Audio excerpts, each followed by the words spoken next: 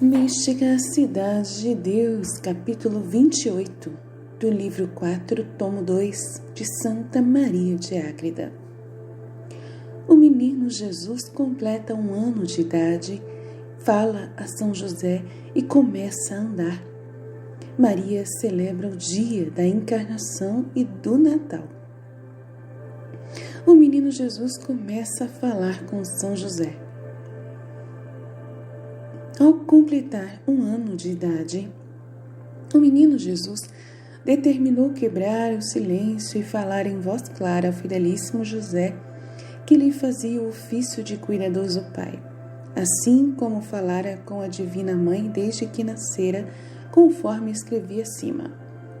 Estava aos santos esposos falando sobre o ser infinito de Deus, da bondade e do tão excessivo amor com que enviara do céu seu unigênito, para mestre e redentor dos homens, e dando-lhe forma humana, em que convivesse com eles, tolerando as penalidades da natureza pecadora. Nesta ocasião, encontrava-se o menino Deus nos braços de sua mãe, deles fazendo sua primeira cátedra de mestre, com voz inteligível, falou a São José: Pai, vim do céu à terra, para ser a luz do mundo e resgatá-lo das trevas do pecado. Vim procurar e conhecer minhas ovelhas, como bom pastor, dar-lhes pastagens e alimento de vida eterna, ensinar-lhes os caminhos para ela e abrir as portas que por seus pecados estavam fechadas. Quero que sejais dos filhos da luz, pois as tendes tão perto. O amor paterno de São José. Estas palavras do infante Jesus, cheias de vida e de eficácia divina, infundiram no coração do patriarca São José um novo amor, reverência e alegria. Ajoelhou-se aos pés do menino Deus com profundíssima humildade e agradeceu-lhe porque a primeira palavra que ouviu pronunciar foi chamá-lo com o nome de Pai. Com muitas lágrimas, pediu que sua divina luz o iluminasse e conduzisse ao cumprimento de sua perfeita vontade, ensinando-o a ser agradecido aos incomparáveis benefícios que recebia de sua generosa mão. Os pais que muito amam seus filhos sentem grande consolo e alegria quando neles descobrem algum sinal prenunciador de que serão sábios ou notáveis nas virtudes. Mesmo que não sejam, costumam encarecer muito as infantilidades de que seus filhos fazem ou dizem, fruto do terno amor pelos seus pequeninos. Ainda que São José não era pai natural do menino Deus, mas sim putativo, o amor que lhe dedicava excedia, sem medida, ao que os pais naturais poderiam ter a seus filhos. Nele, a graça e mesmo a natureza foram mais fortes que em outros pais, e ainda que em todos juntos. Por este amor e apreço que sentia em ser pai nutrício do menino Jesus, deve-se medir o júbilo de sua alma puríssima, ouvindo-se chamar pai do Filho do próprio Deus e Pai eterno. Além disto, via-o tão belo, cheio de graça, começando a falar com tão elevada doutrina e sabedoria. Pobreza do menino Deus. Durante o 1º ano do menino Deus, sua carinhosa mãe o havia conservado envolto em faixas e mantilhas, conforme costumavam ficar as outras crianças. Não quis que ele fosse diferente, para provar sua verdadeira humanidade e seu amor pelos mortais, pelos quais sofria aquela mortificação que poderia ter evitado. Julgou a mãe prudentíssima que já era tempo de lhe tirar as faixas e pô-lo de pé, de joelhos, junto ao berço do menino Deus. Disse-lhe: Meu filho, doce amor de minha alma e meu Senhor, como vossa escrava quero sempre vos agradar. Já ficaste muito tempo oprimido pelas faixas, mostrando tão grande amor pelos homens. Já será tempo que mudeis de traje. Dizei-me, Senhor, que farei para começardes a andar? A pobreza de Cristo. Minha mãe, respondeu o infante Jesus, pelo amor que tenho às almas que criei e vim redimir, não me parece penosas as faixas de minha infância, pois em minha idade adulta serei atado, preso e entregue aos meus inimigos, que me darão a morte. Se essa lembrança é doce para mim, por ser a vontade do meu eterno Pai, tudo mais me será fácil. Minha veste neste mundo será apenas uma, pois dele só quero o necessário para me cobrir, ainda que tudo quanto é criado é meu, pois dele a existência tudo entrego aos homens para que mais me devam. Nossa, uau! Ensinar-lhes-ei também como, pelo meu exemplo e por meu amor, deverão renunciar e desprezar a tudo o que é supérfluo para a vida natural. Vestir-me-eis, minha mãe, uma túnica talar de cor comum e simples, só esta usarei e irá crescendo comigo. Quando morrer, será sorteada, porque até ela não ficará à minha disposição, mas sim para os outros. Nossa! Os homens verão que eu quis nascer e viver pobre, despojado das coisas visíveis e terrenas, que oprimem e obscurecem o coração humano. No momento em que fui concebido em vosso virginal seio, fiz este abandono e renúncia de quanto o mundo contém, apesar de tudo ser meu. Pela união de minha natureza humana à pessoa divina, não usei de outro poder sobre as coisas visíveis, senão para oferecer tudo ao meu eterno Pai, renunciando-o por seu amor e aceitando apenas o indispensável para a vida natural que depois darei pelos homens. Com este exemplo, quero repreender e ensinar o mundo a não desprezar a pobreza e sim amá-la.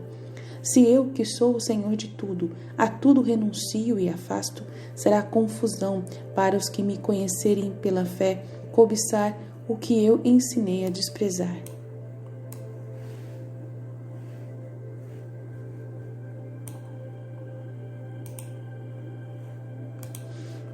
Sentimentos da Virgem Maria. Estas palavras do menino Deus produziram na Divina Maria admiráveis e diferentes sentimentos. O pensamento da morte e prisão de seu Filho Santíssimo transpassou-lhe o cândido e compassivo coração, enquanto a doutrina e exemplo de tão extrema pobreza e despojamento incitou-a novamente à sua imitação. O imenso amor pelos mortais inflamou-a também para agradecer ao Senhor em nome de todos com heróicos atos de muitas virtudes. Contudo, vendo que o menino Jesus pedia tão pouco, disse-lhe: Filho e Senhor meu, vossa mãe não terá coração para em idade tão tenra os colocar descalço no chão. Aceitai, amor meu, alguma proteção para os seus pés. Sei também que a veste que me pedis, sem usar por baixo outra mais fina, há de magoar muito vosso delicado corpo. O infante Jesus respondeu: Minha mãe, aceito para os pés algum calçado pobre até chegar o tempo de minha pregação, que então farei descalço. Quanto à túnica interior, não a quero usar porque é estímulo da carne e de muitos vícios para os homens. Com meu exemplo, quero ensinar muitos a não a usarem por meu amor e imitação. Maria confecciona a túnica e sandálias do menino.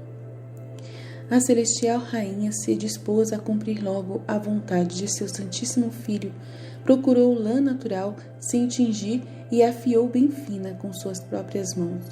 Teceu uma pequena túnica toda inteira sem costura, de modo como se faz com agulha.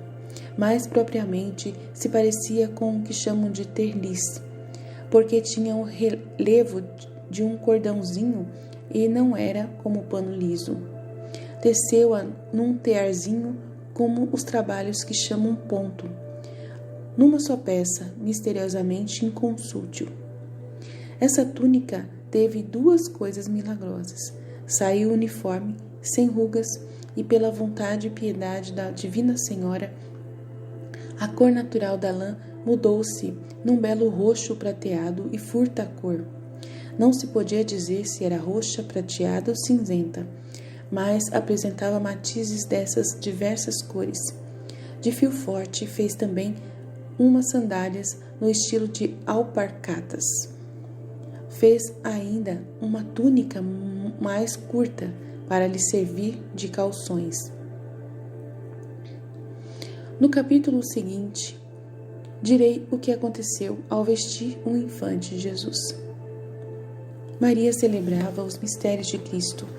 Quando se encontravam no Egito, completou-se o primeiro aniversário dos mistérios da encarnação e natividade do Verbo Divino.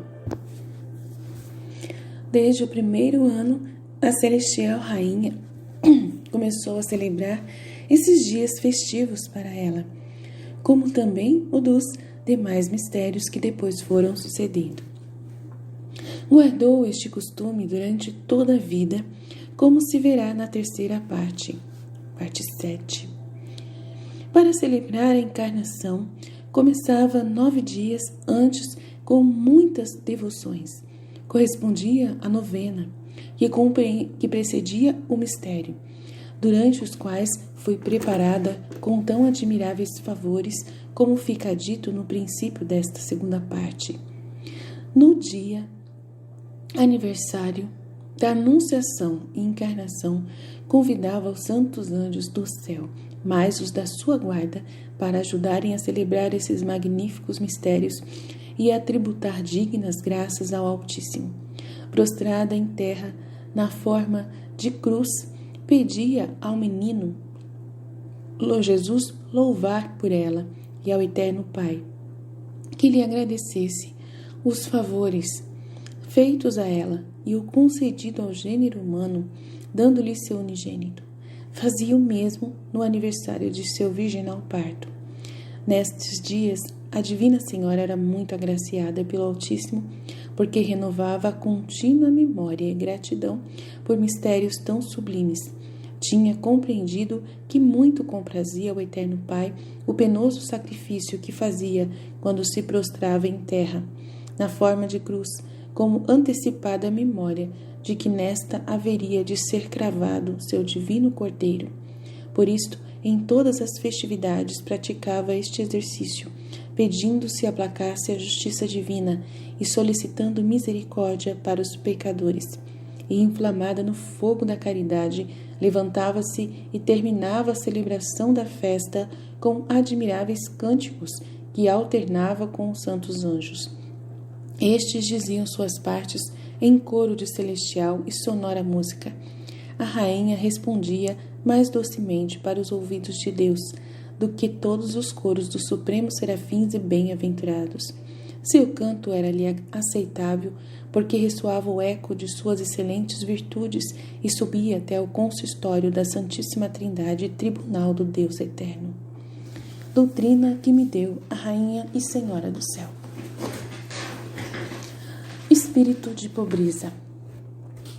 Minha filha, nem tua capacidade, nem a de todas as criaturas juntas são capazes de compreender perfeitamente qual foi o espírito de pobreza de meu Filho Santíssimo e como o ensinou a mim. Pelo que te manifestei, podes conhecer muito da excelência desta virtude tão amada para seu autor e mestre. O quanto detestou o vício da cobiça. Não podia o Criador odiar as mesmas coisas que deu o ser, mas conheceu com sua imensa sabedoria o incomensurável prejuízo que os mortais sofriam por causa da avareza e desordenada cobiça das coisas visíveis. Este insano amor perderia a maior parte da natureza humana e, de acordo com o conhecimento que teve do número dos que se perderiam pelo vício da avareza e cobiça, assim foi a aversão que nutriu por esse vício. Pobreza, fundamento da Igreja. Para acudir a este dano e lhe prevenir algum antídoto e remédio, escolheu meu Filho Santíssimo a pobreza e a ensinou por palavras e pelo exemplo de tão admirável despojamento. Se os mortais não se aproveitassem desta medicação, o médico teria justificado sua causa, uma vez que lhes ofereceu a saúde e o remédio. Esta mesma doutrina eu ensinei e pratiquei durante minha vida, e sobre ela a Igreja foi edificada pelos apóstolos. O mesmo fizeram e ensinaram os patriarcas e santos que a têm reformado e sustentam. Todos amaram a pobreza como meio essencial da santidade e desprezaram as riquezas, incentivos de todos os males e raiz dos vícios. Quero que ames e procures esta pobreza com todo empenho. Ela é o ornato das esposas de meu filho Dulcíssimo, e quando nelas não a encontra, asseguro-te, caríssima, que as desconhece e repudia por estranhas e monstruosamente dissemelhantes a ele. De fato, não há proporção entre a esposa rica e cheia de coisas supérfluas com o esposo paupérrimo e totalmente despojado. Em tanta desigualdade, não pode haver amor recíproco. Pobreza e ingratidão. Se, como filha legítima, queres imitar-me perfeitamente o quanto puderes, como é tua obrigação, quero estar esta que eu, pobre, não te reconhecerei por filha, se não o fores, nem amarei em ti o que não quis para mim. Também te advirto a não esqueceres os benefícios que do Altíssimo recebes tão generosamente. Se não fores muito atenta e agradecida, com o peso e lentidão da natureza, virás facilmente a cair no esquecimento e grosseria. Cada dia lhe relembra isto muitas vezes, dando sempre graças ao Senhor com amor e humildade. Entre todos os benefícios, é estimável o ter-te chamado, esperado, suportado, perdoado tuas faltas e, não obstante tudo isto, ter multiplicado seus frequentes favores. Esta lembrança produzirá em teu coração doces impulsos de amor e energia para trabalhar com dedicação. No Senhor encontrarás graças e novas recompensas, porque Ele sente grande complacência pelo coração fiel e agradecido. Ao contrário, ofende-se grandemente de que seus benefícios não sejam estimados e agradecidos. Fazendo-os com plenitude de amor, deseja ser correspondido com dedicação leal e afetuosa. Capítulo 29. A Mãe Santíssima veste e calça o infante Jesus, atos do mesmo Senhor nessa idade. Maria veste o menino Deus. Para vestir o menino Deus com a pequena túnica que tecera e com as outras peças e sandálias que fizera com suas próprias mãos, a prudentíssima Senhora pôs-se de joelhos na presença de seu querido filho e lhe falou deste modo: Senhor Altíssimo, Criador dos céus e da terra, eu desejara vestir-vos, se fosse possível, de acordo com a dignidade de vossa divina pessoa. Quisera também ter podido fazer a veste que vos trago, com o sangue do meu coração. Julgo, porém, que vos agradará por ser pobre e humilde. Perdoai, Senhor meu, as faltas. Recebei o afeto deste inútil pó e cinza e dai-me licença para vos vestir. Aceitou o infante Jesus o obséquio de sua Mãe Puríssima, que logo o vestiu, calçou e pôs em pé. A túnica serviu-lhe perfeitamente, apesar de não terem sido tiradas as medidas antes de fazê-lo. Chegava até os pés, mas sem arrastar, e as mangas cobriam-lhe metade das mãos.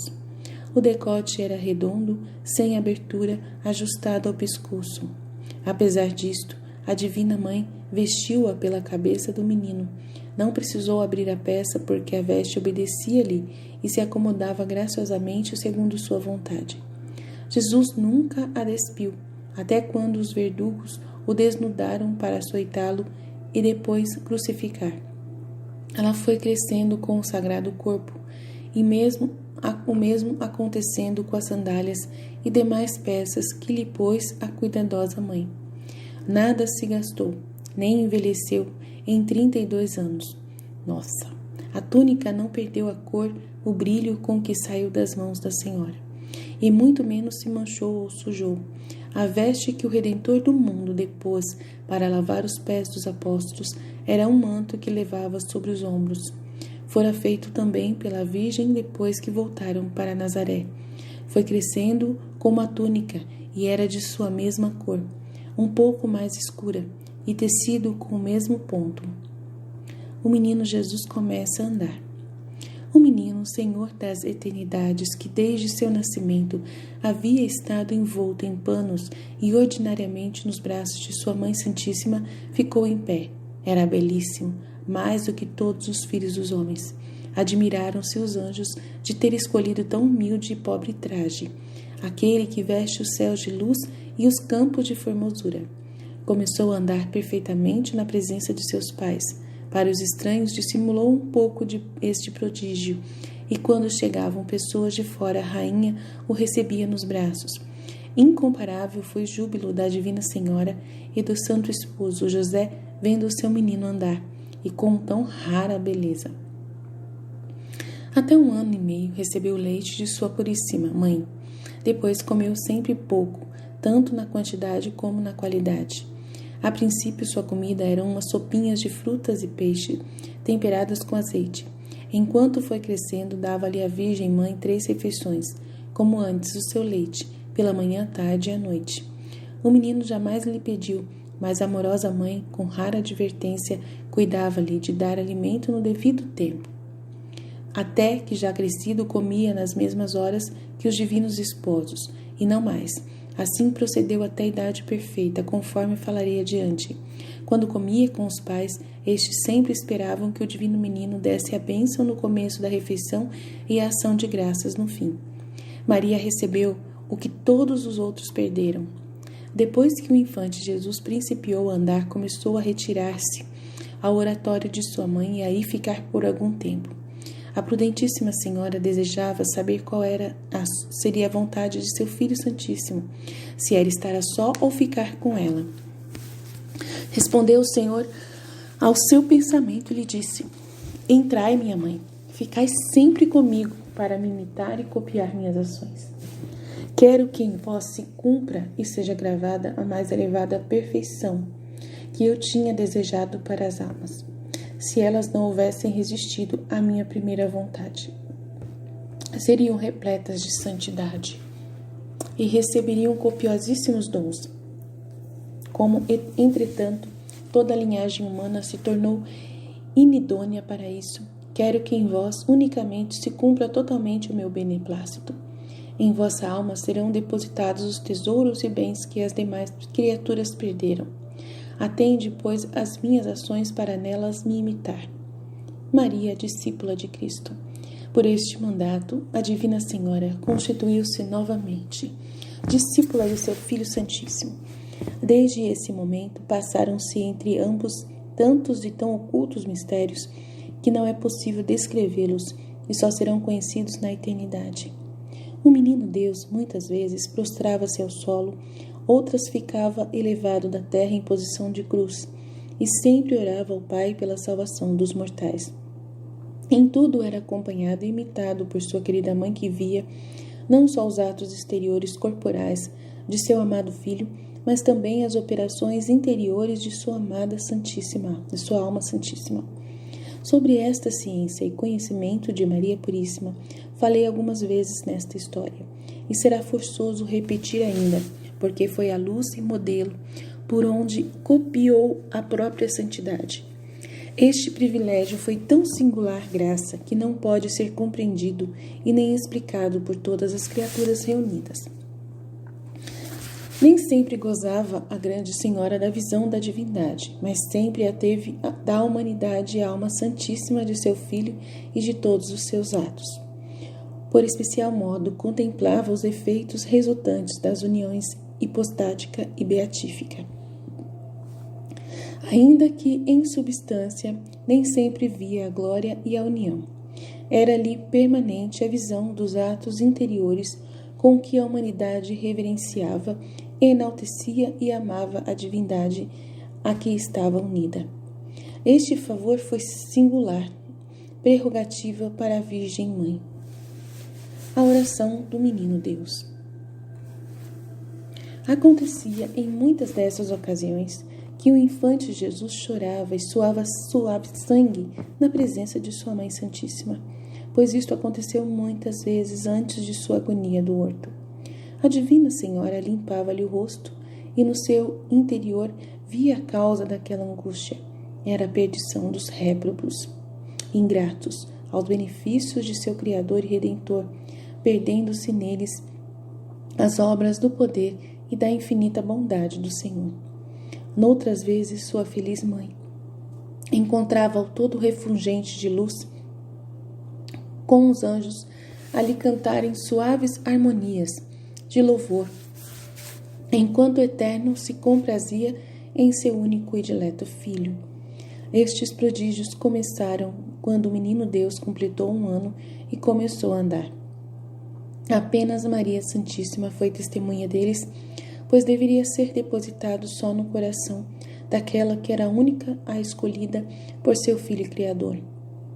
Os atos de amor, gratidão, louvor e reverência com que acompanhava o menino Jesus, as súplicas que fazia pelo gênero humano, tudo excede minha capacidade para dizer o que conheço. Assim, remeto-me à fé e piedade cristã. Jesus honra sua mãe. O menino Jesus ia crescendo com admiração e agrado de todos os que o conheciam. Aos 6 anos, começou a sair de casa, algumas vezes para ir aos hospitais, onde visitava os enfermos e necessitados, consolando-os em seus sofrimentos. Em Heliópolis era bastante conhecido, a força de sua divindade e santidade atraía os corações e muitas pessoas lhe ofereciam dádivas. Por razões que sua ciência conhecia, recusava algumas, outras aceitava e distribuía pelos pobres. Suas palavras cheias de sabedoria, seu porte modestíssimo e grave, despertava admiração, e muitos iam felicitar seus pais por possuírem tal filho. Embora o mundo ignorasse os mistérios e dignidade de filho e mãe, o Senhor do mundo dava ocasião para sua Mãe Santíssima ser honrada, nele e por ele venerada. Nele e por ele ela era venerada, o quanto era possível então, sem conhecerem os homens a razão particular de lhes dar maior reverência. Tá vendo? Olha, cuidado que a gente tem que ter com a Mãe de Deus. Ai, eu fico tão triste com as pessoas que ficam falando, estão fazendo pouco dela, meu Deus. O menino Jesus e as crianças. Muitos meninos de Heliópolis aproximaram-se do infante Jesus, como costuma acontecer aos da mesma idade e semelhança exterior. Como neles a ingenuidade não ia investigar e julgar ser a mais do que homem, e não tendo malícia que lhes impedisse a luz, o mestre da verdade dava como lhes convinha. Informava-os da existência da divindade e das virtudes, instruía-os no caminho da vida eterna mais do que os adultos, sendo suas palavras vivas e eficazes. Atraía-os, imprimindo-as em seus corações, e todos os tiveram esta felicidade. Os que tiveram esta felicidade foram grandes santos. Com a passagem do tempo deram fruto daquela celestial semente, tão cedo semeada em suas almas. Reverência de Maria pelo menino Jesus. A Divina Mãe tinha conhecimento destas admiráveis obras, quando seu Filho Santíssimo voltava de cumprir a vontade de seu eterno Pai, cuidando das ovelhas cuidando que lhe confiaram. Estando ambos a sós, a rainha dos anjos prostrava-se em terra para lhe agradecer os benefícios que fazia aos pequenos inocentes que não o conheciam por seu Deus verdadeiro. Em seguida, beijava-lhe os pés como ao sumo pontífice dos céus e da terra. O mesmo fazia quando o menino saía de casa, e Jesus, com agrado e benevolência filial, mandava a erguer-se do solo. A mãe pedia-lhe também a bênção para tudo quanto fazia. Jamais perdia a ocasião de exercitar todos os atos de virtude com o afeto e a força da graça. A esta jamais deixou ociosa, mas empregava-a plenamente, fazendo-a crescer. A grande senhora procurava meios e modos para praticar a humildade. Adorava ao Verbo humanado com genuflexões profundas, amorosas prostrações e outras reverências cheias de santidade e prudência. Punha em tudo tanta sabedoria que causava admiração aos próprios anjos que a assistiam. Alternando divinos louvores, diziam uns aos outros: quem é esta criatura que flui tantas delícias? Para nosso Criador e seu Filho, tão advertida e sábia em dar honra e reverência ao Altíssimo, que na atenção e presteza nos ultrapassa a todos com incomparável afeto. Jesus, Deus e homem. Depois que o admirável e formoso menino começou a andar, mostrava maior gravidade no trato e conversação com seus pais do que quando menor. Cessaram os afagos mais carinhosos, ainda que sempre tinham sido na medida em que acima eu disse. De seu semblante transparecia tanta majestade de sua oculta deidade que, se não o amenizasse com certa suavidade e agrado, muitas vezes causaria tão grande temor reverencial que não se atreviam a lhe falar. Sua presença produzia na Divina Mãe e também em São José eficazes e divinos efeitos, nos quais manifestava-se tanto a força da divindade de seu poder, como a benignidade de piedosíssimo Pai. Com esta grave majestade, tratava a Divina Mãe como filho e a São José como a quem tinha ofício de pai. Deste modo, obedecia-lhes como filho humilíssimo a seus pais. Com infinita sabedoria, conciliava a severidade com a obediência, a majestade com a humildade, a gravidade divina com a afabilidade humana. Dava a cada virtude o que lhe competia, sem que se confundissem e sem que a grandeza excluísse a simplicidade.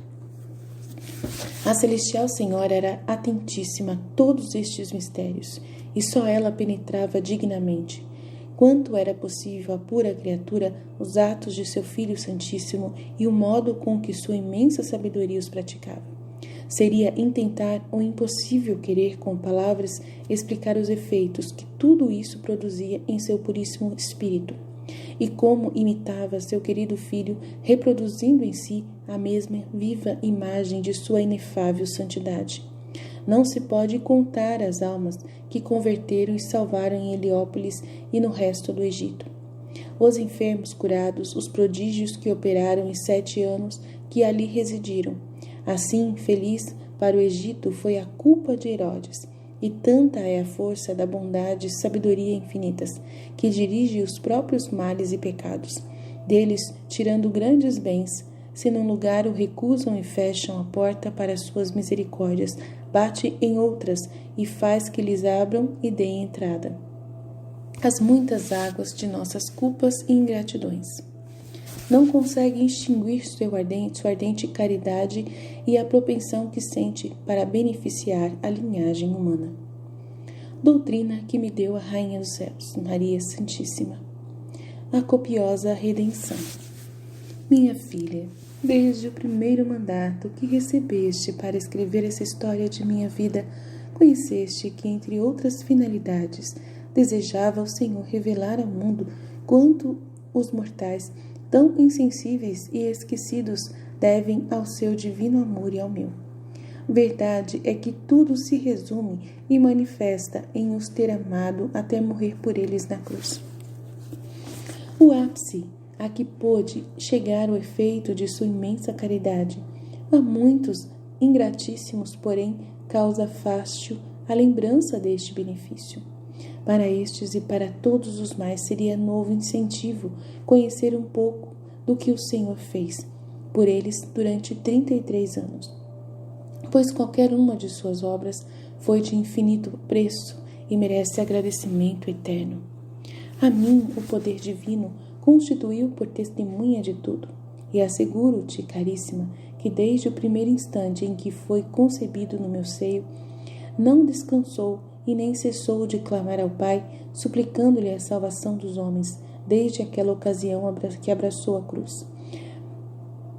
Mas só pelo afeto, mas também pela efetividade no modo que lhe era possível, usando a posição de crucificado. Prosseguiu estes exercícios no decorrer de toda a sua vida. Neles eu o imitei, acompanhando-os nos atos e petições pelos homens. Em seguida, ao primeiro desses atos, que foi o agradecimento pelos dons de sua humanidade santíssima. No juízo não haverá misericórdia. Saibam agora os mortais que eu, testemunha e cooperadora em sua salvação, sê-lo-ei também no dia do juízo, no qual a causa de Deus será plenamente justificada. Então, justissimamente, negarei a minha intercessão aos que desprezaram e estultamente esqueceram tantos e tão suficientes favores e benefícios, frutos do divino amor de meu Filho Santíssimo e do meu. Que resposta que desculpa alegarão? Tendo sido tão avisados, advertidos e instruídos na verdade? Como os ingratos e obstinados hão de esperar misericórdia por um Deus justíssimo, que lhes deu tanto tempo abundante e propício, no qual os convidou, chamou, esperou e beneficiou com imensos favores, que eles inutilizaram e perderam para seguir a vaidade? Teme, minha filha, esta cegueira e perigo, o maior que possa existir. Revive em tua memória as obras de meu Filho Santíssimo e as minhas, e com todo o fervor as imita. Continua os exercícios na cruz com licença da obediência, para neles atualizar o que deves imitar e agradecer. Adverte que meu Filho e Senhor poderia, sem padecer tanto, redimir o gênero humano, mas por causa de seu imenso amor pelas almas, quis aumentar suas penas, para corresponder devidamente a tal dignação. As criaturas não devem contentar-se com pouco, como o fazem ordinariamente, por infeliz ignorância. Quanto a ti, acrescenta uma virtude e sacrifício a outros, para satisfazer tua obrigação e acompanhar ao Senhor e a mim no que trabalhamos no mundo. Oferece tudo pelas almas, apresentando ao Pai em união com os merecimentos do seu Filho. Capítulo 30. Jesus, Maria e José voltam do Egito por vontade do Altíssimo. O Pai Eterno ordena a volta de seu filho do Egito. O menino Jesus ainda se encontrava no Egito ao completar 7 anos de idade. Era este o prazo que a eterna sabedoria destinara para aquele misterioso exílio, e para se cumprirem as profecias, devia voltar a Nazaré. O Eterno Pai intimou sua vontade à humanidade de seu Filho Santíssimo num dia em que, com a Divina Mãe, fazia seus exercícios de oração. No espelho daquela alma deificada, ela conheceu como aceitou a vontade do Pai para cumpri-la. O mesmo fez a Grande Senhora, ainda que no Egito já tinha mais conhecidos e devotos do que em Nazaré. Filho e mãe nada disseram a São José sobre aquela ordem recebida do céu, mas naquela noite um anjo do Senhor lhe falou em sonhos, como diz São Mateus. Avisou-o que tomasse o menino e sua mãe e voltasse à terra de Israel, pois Herodes e os que procuravam matar o menino já tinham morrido. Tanto desejava o Altíssimo a boa ordem de todas as coisas criadas, que, sendo o menino Jesus, Deus verdadeiro, e sua mãe tão superior em santidade a São José, não quis que a iniciativa da viagem à Galiléia partisse do Filho ou da Mãe Santíssima, mas tudo remeteu a São José, que naquela divina família tinha o ofício de chefe. Quis dar exemplo e provar aos mortais que é do agrado de Deus que todas as coisas se organizem pela ordem natural estabelecida por sua providência. Os inferiores e súditos em seu corpo místico, ainda que sejam mais excelentes em virtudes e outras qualidades, deverão obedecer e submeter-se aos seus superiores por ofício. A Sagrada Família obedece prontamente. Foi logo São José participar ao infante e à sua mãe puríssima o mandato do Senhor, e ambos responderam que fosse cumprida a vontade do Pai Celestial. Sem demora, dispuseram-se para a viagem. Distribuíram pelos pobres os poucos objetos que tinham em casa. O menino Deus encarregou-se disso. Depois, muitas vezes, a Divina Mãe dava-lhes as ofertas para levar aos necessitados, conhecendo que o menino, como Deus de misericórdias, queria fazer as esmolas por suas próprias mãos. Quando a Mãe Santíssima dava-lhe estas esmolas, punha-se de joelhos e dizia: Tomai, filho e Senhor meu, o que desejais para repartir com os pobres, nossos amigos e vossos irmãos. Aquela feliz casa ficou santificada e consagrada em templo pelo sumo sacerdote Jesus, que nela habitou 7 anos. Nela passaram a viver umas pessoas das mais devotas e piedosas de Heliópolis. Sua santidade e virtudes lhes mereceram a felicidade que ainda não conheciam, embora, pelo que haviam visto e experimentado, se julgassem afortunados de viver onde seus devotos forasteiros haviam permanecido tantos anos.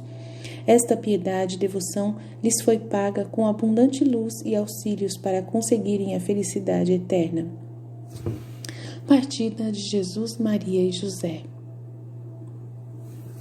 Partiram de Heliópolis para a Palestina com o mesmo acompanhamento dos anjos, como na vinda. A grande rainha montava um burrico com o menino Deus ao seu lado, e São José caminhava a pé perto da mãe e do filho.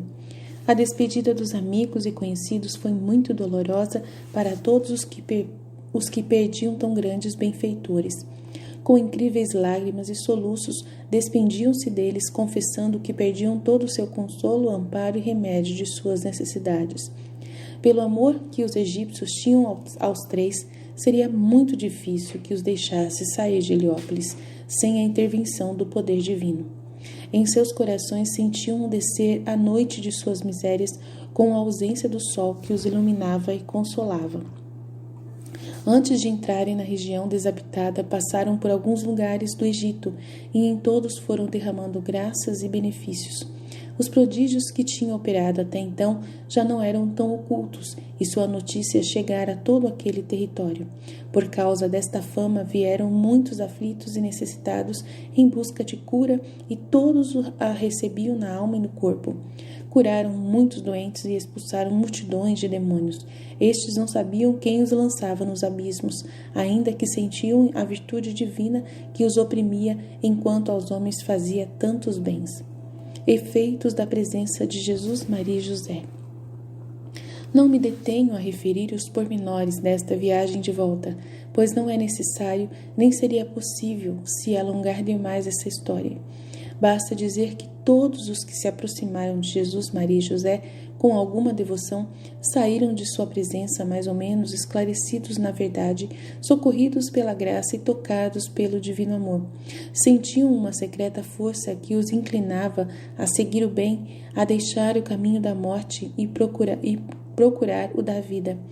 Vinham ao Filho atraídos pelo Pai, voltavam ao Pai enviados pelo Filho, com a divina luz que fazia brilhar em seus entendimentos, para conhecerem a divindade do Pai, ainda que também a possuísse em si, embora não fosse tempo de se revelar, sempre e em todo o tempo estava em ação aquele divino fogo que viera acender no mundo.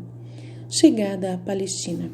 Cumpridos no Egito os mistérios determinados pela divina vontade, nossos divinos peregrinos deixaram aquele país repleto de milagres e prodígios.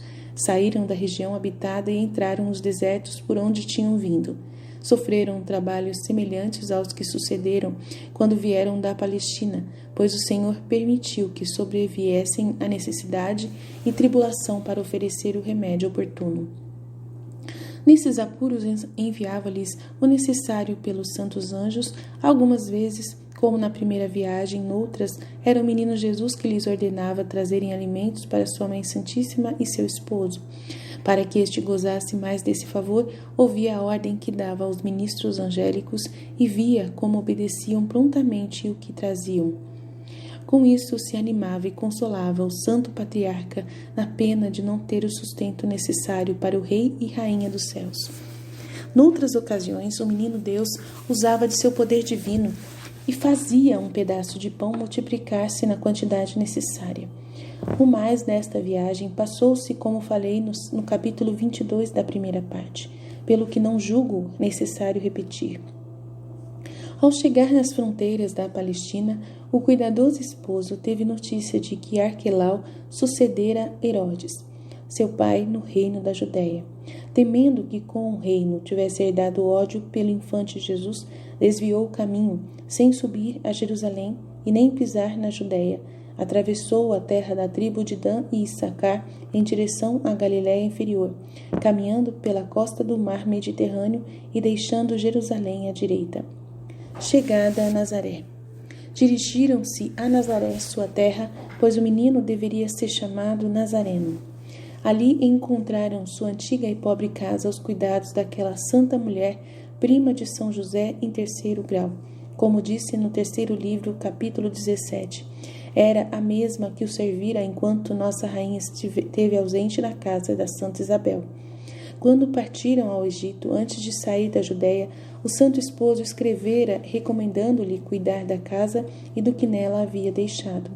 Encontraram tudo em muita ordem, e a prima, que os recebeu com grande alegria pelo amor que dedicava à nossa grande rainha, e embora não conhecesse sua dignidade, entrou a Divina Senhora com seu Filho Santíssimo e seu esposo José, prostrou-se em terra, adorou o Senhor, dando-lhe graças por tê-los trazido em paz, livres da crueldade de Herodes, defendidos dos perigos de seu desterro e de tão longas e cansativas caminhadas, acima de tudo, de trazer seu Filho Santíssimo tão crescido e cheio de graça e virtude. O trabalho de São José. A Divina Mãe organizou logo sua vida e exercícios pelas disposições do menino Deus. Não quer dizer que durante a viagem tenha descuidado coisa alguma, pois a prudentíssima Senhora constantemente imitava as ações perfeitíssimas de seu Filho Santíssimo. Estando, porém, na quietude de sua casa, poderia fazer muitas coisas que fora dela não era possível. Ainda que em qualquer parte seu principal exercício era colaborar com seu Filho Santíssimo na salvação das almas, missão a eles confiada pelo Eterno Pai. Por esta altíssima finalidade, ordenou Nossa Rainha seus exercícios junto com o Redentor e nele se ocupou, como veremos no decorrer desta parte. O santo esposo José também dispôs o que se referia ao seu trabalho para ganhar o sustento do menino Deus e de sua mãe dele próprio. Tanta foi a felicidade deste santo patriarca que, se para os demais filhos de Adão trabalhar, ganhar o sustento com o suor do rosto, foi pena e castigo, para São José foi bênção e consolo sem igual ser escolhido para com seu trabalho e suor alimentar o próprio Deus e sua mãe, a quem pertencia o céu, a terra e tudo quanto contém. Gratidão e humildade da Senhora.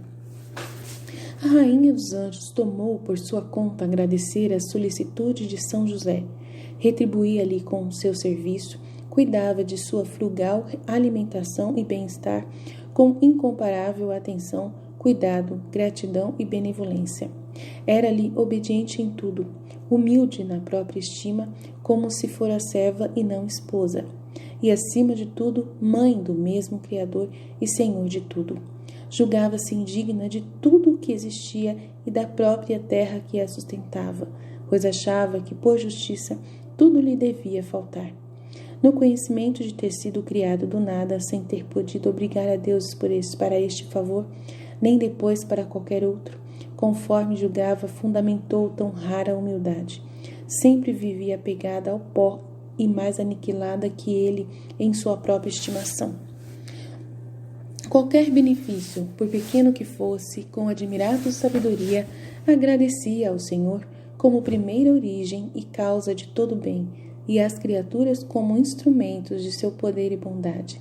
A uns agradecia por lhes fazer benefícios, a outros porque lhes negavam, a outros porque a suportavam. A todos se reconhecia devedora, enchendo-os de bênçãos e de doçura.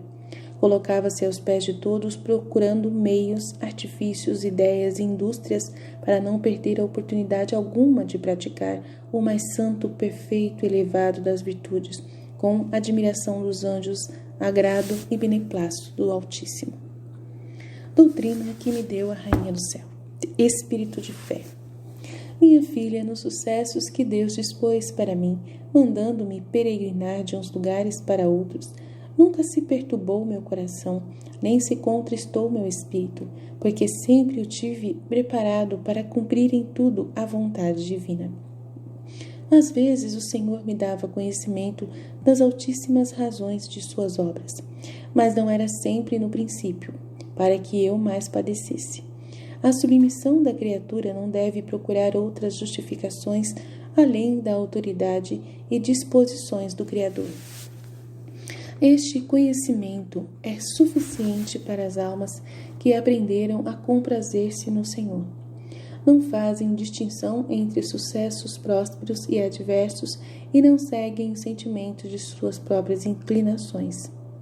Quero que prodigas nesta sabedoria, imitando-me, e pelo que deves ao meu Filho Santíssimo, recebe o próspero e o adverso da vida mortal com igual semblante e serenidade de ânimo. Que o adverso não te contriste e o próspero não te desvaneça em vã alegria. Vê apenas que tudo é ordenado pelo beneplácito do Altíssimo. Desprendimento e paz. A vida humana é tecida com diversidade de sucessos, uns agradáveis, outros penosos, uns que desgostam, outros que se desejam. Sendo a criatura de coração limitado e estreito, daqui lhe nasce a diferença com que se inclina aos extremos de aceitar com demasiado gosto o que ama e deseja, e se desconsolar e entristecer com o que aborrece e não deseja. Estas mudanças e vai e vens fazem perigar todas as ou muitas virtudes. O amor desordenado por alguma coisa que não consegue move logo a apetecer a outras, procurando com novos desejos compensar a pena das que não obteve. Se as consegue, se embriaga e descontrola no gosto de ter o que apetecia. Com tais veleidades, desliza para maiores desordens de diferentes movimentos e paixões. Adverte, pois, caríssima, este perigo e corta-o pela raiz, conservando livre o teu coração. Atende somente à divina providência, sem o deixar prender-se ao que apeteces e te dá gosto, nem se contrariar com o que te for penoso. Alegra-te e deleita-te somente na vontade de teu Senhor. Não te agitem os desejos, nem te acovardem os temores de qualquer sucesso. As ocupações exteriores não sejam impedimento nem distração para teus santos exercícios e muito menos o respeito humano. Em tudo recorda como eu fazia e afetuosa e diligente segue as minhas pegadas. Acabou a segunda parte, o segundo tomo da mística Cidade de Deus. Vamos partir agora para o terceiro tomo nos próximos áudios. Amém, Jesus? Eu confio em vós. Fiat.